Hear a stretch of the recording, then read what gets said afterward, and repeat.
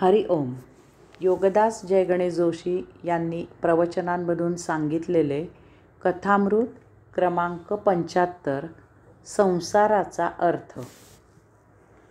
अफलातून नगरीमध्ये एक महाव्युत्पन्न पंडित राहत होते. त्यांना सर्वजण शास्त्रीबुवा असे म्हणत असत. एक महान विद्वान विदुषी असा त्यांचा पंचक्रोशीत दबदबा होता. त्यांच्या वयाला 80 वर्षे झाल्याबद्दल अफलातून नगरीच्या जनतेने त्यांच्या सहस्रचंद्र दर्शनाचा सोहळा आयोजित केलेला होता. त्यांचा गौरव करायला, त्यांच्या पाया पडून त्यांचा आशीर्वाद घ्यायला पंचक्रोशीतून लोक आले होते. त्यातच आमच्या कोकणातले बनू काकाही आले होते. बनू काका आणि शास्त्रीबुवांची जुनी ओळख होती. बनू काका वयाने शास्त्रीबुवांच्या एवढे नसले तरी त्यांनी 70 पार केलेली होती. शास्त्रीबुवांच्या पाया पडायला खूपच गर्दी झाली होती. लोकांची खूप लांब रांग लागली होती. बनू काका त्या रांगेत आपला क्रमांक केव्हा येतो ह्याची वाट पाहत उभे होते. शास्त्रीबुवा आणि त्यांच्या सौभाग्यवती सोफ्यावर बसलेले होते.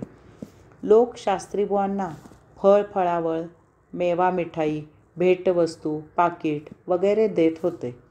बायका शास्त्रीबुवांच्या पत्नीला खण नारळ देऊन त्यांची ओटी भरत होत्या. शास्त्रीबुवांच्या आणि काकूंच्या पाया पडून आशीर्वाद घेतला जात होता. सर्व कार्यक्रम कसा व्यवस्थित चालू होता. हळूहळू रांग सरकत सरकत पुढे गेली आणि बनू काकांचा क्रमांक आला.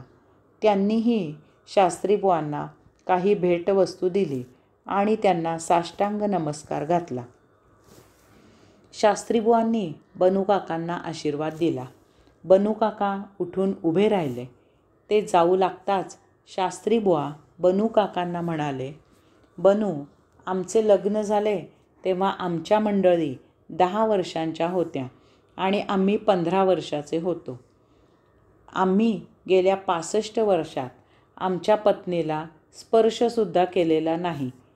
तू इतकी वर्ष संसार केलास, पण नुसता पैशांचा संसार केलास.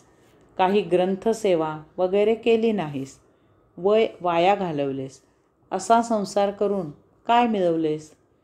काहीही कारण नसताना शास्त्रीबुवा संसारावर ताशेरे ओढून मोकळे झाले. त्याचवेळी एका बाजूला सोफ्यावर सपत्नीक बसून संसारी लोकांकडून द्रव्य, भेटवस्तू वगैरे घेणे चालू होते. ते त्यांचे बोलणे ऐकून बनू काका जागेवरच चपापले. परंतु कोकणी बाणा जागा होऊन फटकन बोलून गेले, शास्त्रीबुवा, ते स्वतःला संतती झाल्याशिवाय समजणार नाही.